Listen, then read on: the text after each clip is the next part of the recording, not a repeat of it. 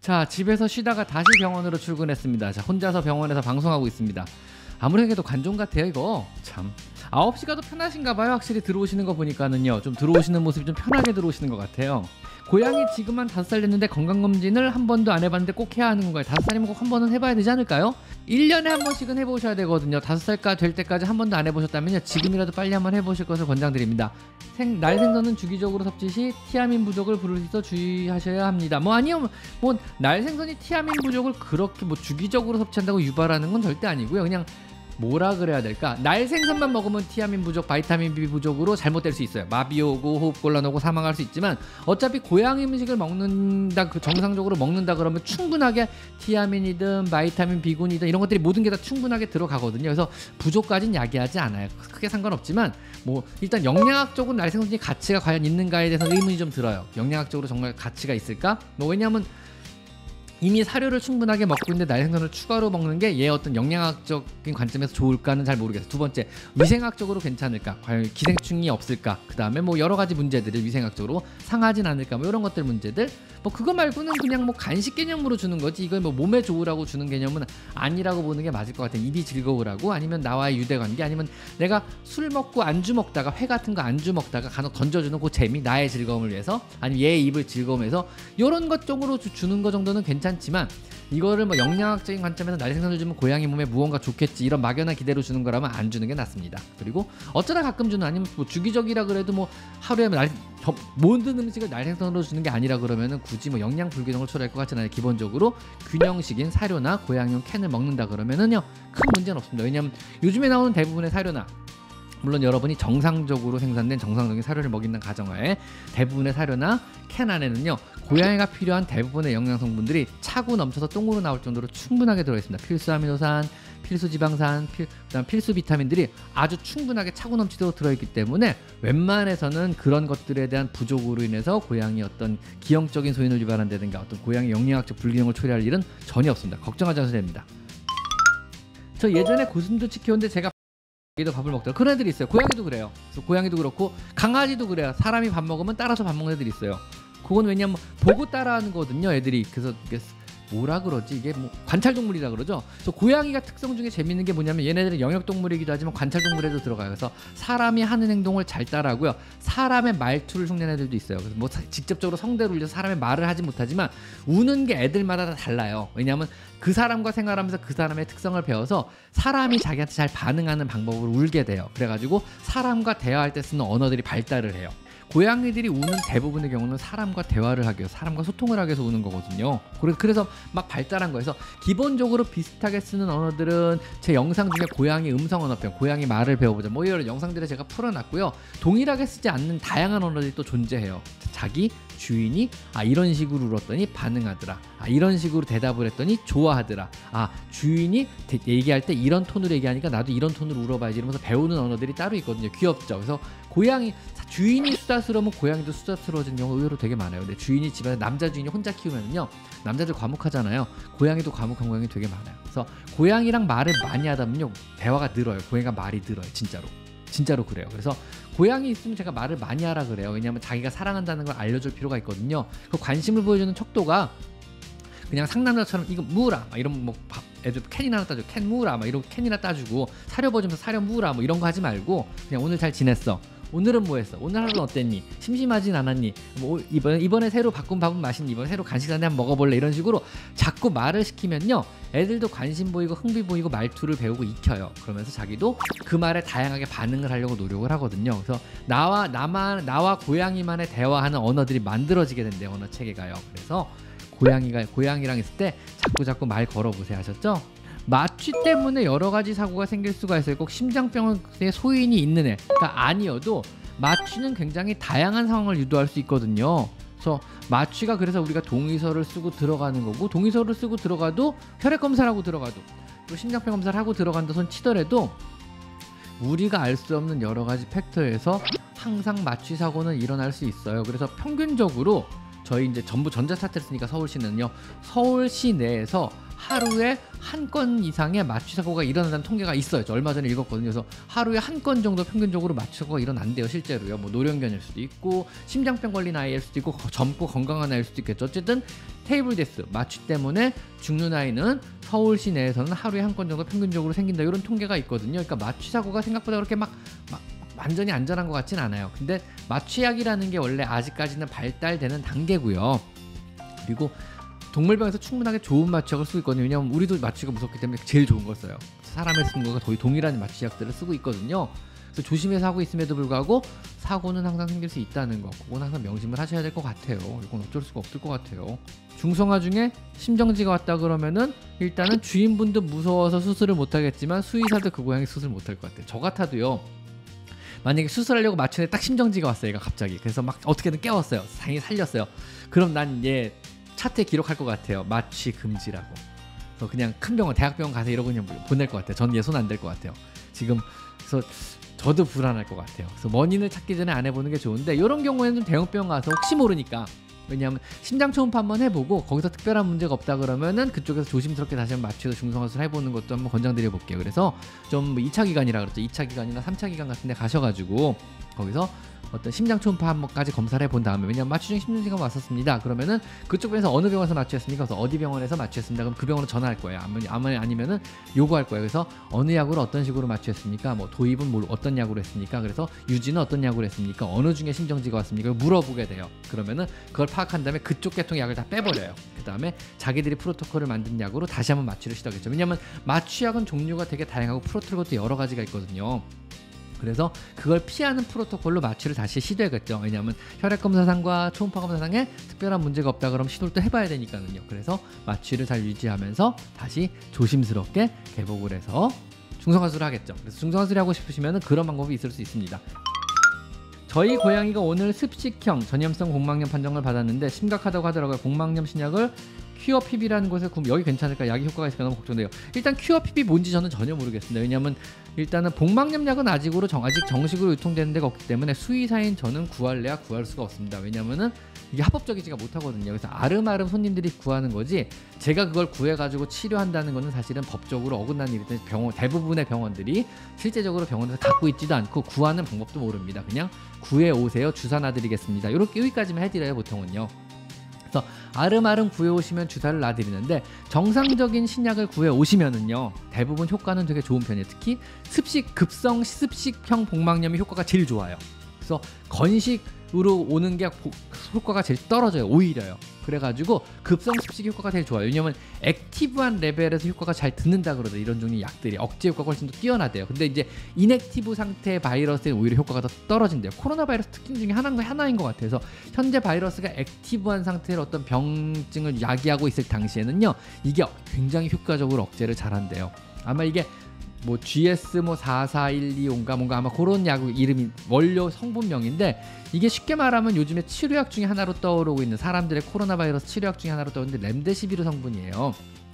근데 렘데시비르는 구강용 먹는 약이고 사람용으로 나온 거예요. 근데 문제는 이게 아직 우리나라에 정식으로 유통도 안 되고 수입도 안 돼요. 사람용으로. 만약에 이게 이제 정식으로 유통 수입이 된다 그러면은 우리가 이제 쓸 수가 있는 거죠. 수의사들이. 그것도 먹는 약으로, 주사지도 아니고요. 그래서 이게 유통되기만은 기다리고 있는 수의사 되게 많아요. 저도 그 중에 한 명입니다. 그래서 이게 유통이 된다 그러면은 저도 정식으로 구할 수가 있는 거니까 저도 동물들한테 쓸 수가 있는 건데, 현재로서는 이 신약이라는 건 정식으로 유통되는 영식으로 국내 어떤 문제인지 모르겠어요. 누구 인허가 문제인지 뭔지 모르겠지만 유통이 안 되고 있기 때문에 제가 얘를 어디서 구해야 되는지 뭐 얼마인지 이게 진짜인지 가짜인지 언급도 못하고 알 방법조차 없습니다. 저는요. 그래서 저는 알 방법도 없고 구해본 적도 산 적도 없어가지고 뭐라고 말씀 못 드리겠지만 사오신 분들 얘기를 들어보니까는요 보통 한 25만원 27만원 이 정도에 한 병을 구해오시더라고요.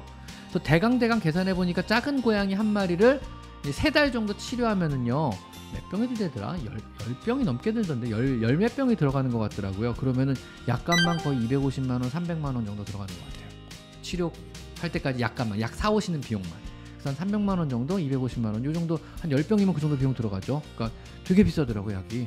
회사 일로 저랑 생활 패턴이 안 맞으면서 오버그루밍이 심해요. 약물 없이도 좋아질 수 있을까요? 상처가 생길 만큼 생기지 않는데 땡빵이 많아서 얼룩이 생겼어요. 질켄과 컴포트는 사용했습니다.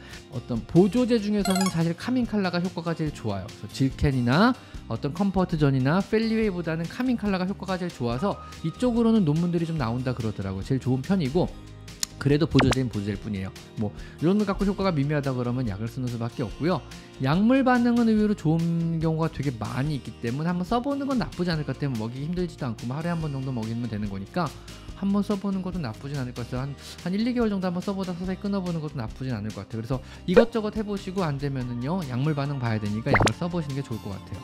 보조제는 보조제일 뿐. 많은 분들이 착각하시는 게 관절염 있는 애한테 약 먹이세요. 그러니까 괜찮아요. 저 영양제 먹이고 있어요. 관절 영양제 먹이고 있어요. 그리고 또 어떤 분들한테 불안증 있어요. 뭐 관리 좀 잘하시고 약 좀 먹였으면 좋겠어요. 그러면은 괜찮아요. 질캔 먹이고 있어요. 괜찮아요. 펠리에 꽂아주고 있어요. 이런데 이해가 안 가는 게 그냥 예를 들면 이런 거죠.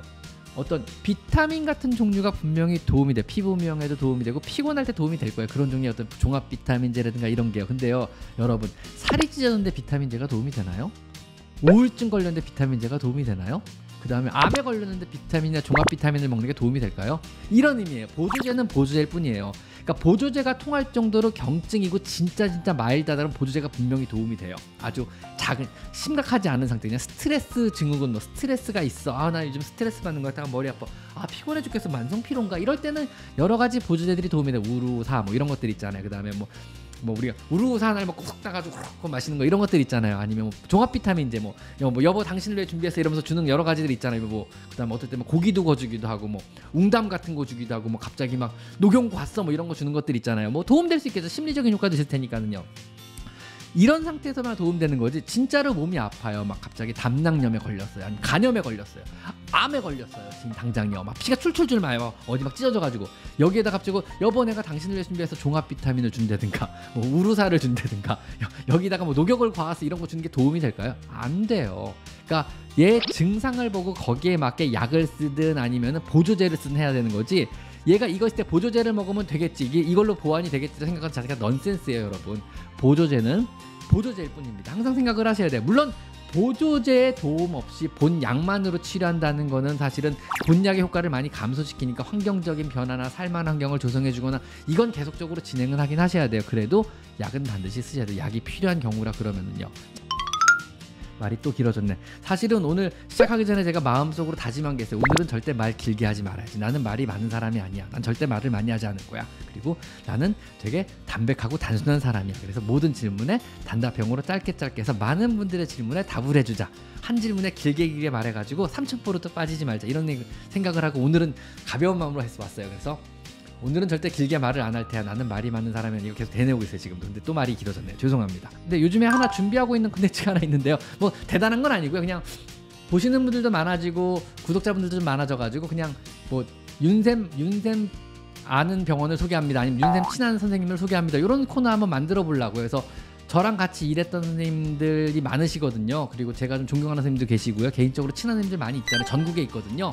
그분들 저랑 정말 친하신 분들을, 왜냐하면 멀리 계신 분들은 사실 아니면 지방에 계신 분들도 있을 수 있고 충청도에 계신 분들도 있잖아요. 이분들이 그냥 제 지인 병원이라고 알려드리면 그래도 좀 이분들이 좀 접근이 좀 편하지 않을까 싶어가지고 그냥 제가 믿고 이분들은 고양이 진료 잘하시고, 아니 이분은 정신과 진료 잘하시고, 이분은 암 진료를 잘하시고 저랑 친했고, 아니 이분은 우리 병원에서 오랫동안 일했는데 되게 훌륭하신 분이시고, 이런 것들 한번 쭉 제가 한번 뭐 내가 소개한다고 여러분이 갈 건 아니겠지만 그래도 그냥 제 지인 소개, 윤지소가 되겠네요. 윤쌤 지인 소개하는 컨텐츠가 되겠네요. 그래서 그냥 제 수의사 지인분들을 소개하는 컨텐츠를 하나 만들어 보려고 준비 중인데, 경쟁이라는 거는요, 싸움이 나타나는 거나 영역에 대한 어떤 경쟁이 생기잖아요. 그거는 어떤 자원이 부족할 때 생기는 거거든요. 그래서 뭐 공간이 부족하면 영역 싸움을 시작하는 거고요.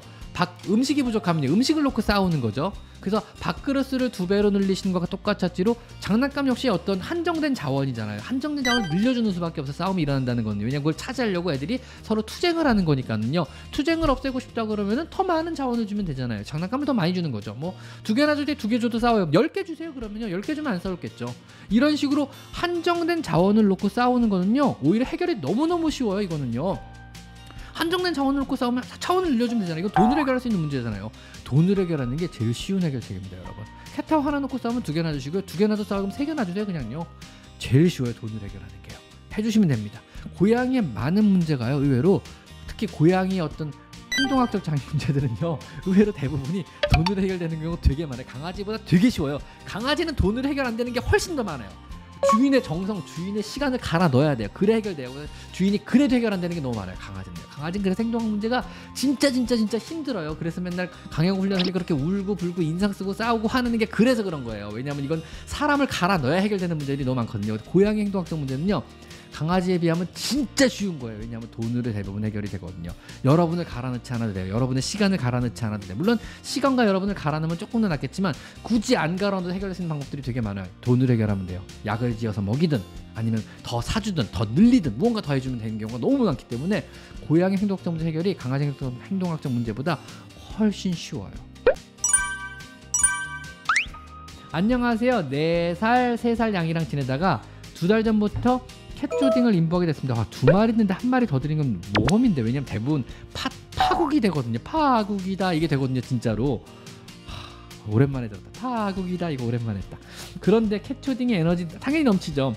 놀이 공격성도 장난이 아니라 만만한 저희 첫째를 그렇게 괴롭혀요. 당연히 괴롭힙니다. 성면들이 교육 안 합니다. 애기들끼리는 서로 교육을 해요. 애기들끼리는요. 근데 성면은 귀찮아서 교육을 안 해줘요. 애기들끼리는 세게 물면은 다시 파이트백을 하자. 나도 세게 물 거야. 앙 하고 물어서 아이고 이렇게 세게 물면 밀리면 아프구나. 난 살살 물어야겠다. 이렇게 하면 놀이가 진행이 안 되는구나. 놀이가 끝나는구나. 이러고 바꾸는데 애들은 다른 데로 가버려요. 귀찮아가지고. 그렇기 때문에 교육이 안 되거든요. 캣조딩이 더 이상 물지 않으면 평화로워집니다. 캣조딩이 철들면 평화로워집니다. 이때까지는 얼마가 걸릴지 아무도 모릅니다. 그래서 한 캣조딩이 내 생각에는 최소한 1살 반이나 2살은 돼야 평화로워지지 않을까요? 그때까지는 계속 고생하는 수밖에 없습니다. 그래서 궁금해서 여쭤보는데 제가 코로 숨을 거칠게 쉬면 고해가 흥분해서 저를 공격해요. 입으로 쓰기 괜찮은데 코로 쓸 때 때려요. 얘는 그게 되게 공격적인 언어로 받아들이나 봐. 아니면 그렇게 숨 쉬면 죽어, 숨 쉬지 마, 뭐 이런 걸 수도 있겠죠. 정신 차려 이 친구야, 뭐 이런 걸 수도 있겠죠. 왜 그런지 저도 모르겠어요. 제가 비염이 있어서 가끔 막힌 코를 킁킁거리는데 그럴 때도 공격해요. 버릇을 고치는 방법이 있을까요? 그렇게 숨을 안 쉬면 좋아질 겁니다. 여러분이 코를 심하게 숨 쉬는 게 고양이, 얘는 어떤 식으로 이해하는 건 제가 잘 모르겠어요. 고양이 언어로 어떤 언어로 들리는지 잘 모르겠고, 뭔지 모르지만 그러지 마 이 친구야, 그러다 자네 죽어, 뭐 이런 경고일 수도 있겠죠. 그래서 뭔지 모르겠어요. 아니면 심한 욕일, 고양이 언어로 심한 욕일 수도 있겠죠. 그래서 잘 모르겠어요. 어쨌든 고양이는 안 좋은 언어로 받아들이고 불안한 언어로 받아들인 것 같아요. 그래서 그렇게 숨을 안 쉬는 게 좋을 것 같습니다. 계속 하다 보면 언젠가 익숙해지겠죠. 근데 지금은 안 하는 게 좋을 것 같아요. 아 힘들어, 힘 빠져서 집에 가서 치킨을 먹어야 될 것 같습니다. 사실 얼마 전에 누가 치킨 이모티콘이라 그러죠. 기프티콘이군요. 치킨 기프티콘을 보내줘서 그 BHC 반반 기프티콘을 보내서 그걸 먹어야 될 것 같습니다. 오늘 시켜 먹어야 될 것 같아요. 오늘 짐 빠져서 오늘 시켜 먹어야 될 것 같습니다.